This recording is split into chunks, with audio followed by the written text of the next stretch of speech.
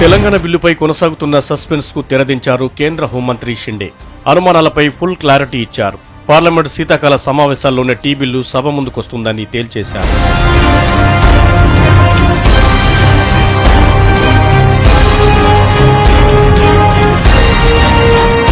December 5 నుంచి parliament సమావేశాలు ప్రారంభం కానున్నాయి. దీంతో విభజన ప్రక్రియను స్పీడప్ చేసింది కేంద్రం.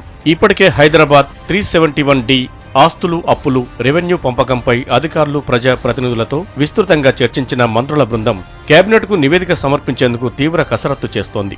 షిండే ఆదేశాల మేరకు హోంశాఖ ఉన్నతాధికారులు జీవోఎంకు వివిధ శాఖల నుంచి అందిన నివేదికలు, అభిప్రాయాలు, సూచనలన్నింటినీ క్రోడీకరిస్తున్నట్లు సమాచారం.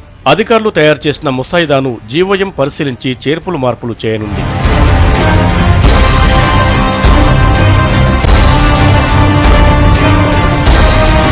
ఈ నెల 18న మరోసారి 3 కీలక భేటీలు జరపనుంది జీవోఎం. తెలంగాణ, సీమాంధ్ర మంత్రులతో పాటు సీఎం కిరణ్తో వేర్వేరుగా సమావేశం కానుంది.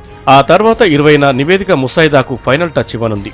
21న జరిగే కేబినెట్ మీటింగ్లో నివేదిక సమర్పించనుంది. జీవోఎం రిపోర్టును పరిశీలించి మార్పులు చేర్పులు చేయనుంది కేంద్రం.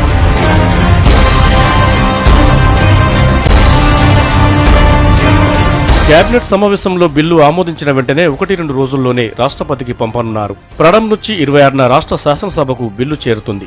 అసెంబ్లీ అభిప్రాయంతో బిల్లు వెనక్కి వచ్చినా వెంటనే శీతాకాల సమావేశాల్లో బిల్లును పెట్టనున్నట్లు ఢిల్లీ వర్గాలు చెబుతున్నాయి.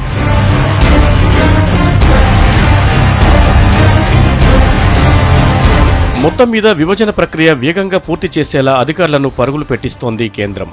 మరోవైపు కొత్త సంవత్సరంలోనే కొత్త రాష్ట్రాన్ని ఏర్పాటు చేయాలన్న నిశ్చయంతో ఉన్న ఢిల్లీ పెద్దలు పనిని జెట్ స్పీడ్తో చేసుకుంటూ ముందుకు పోతున్నారు.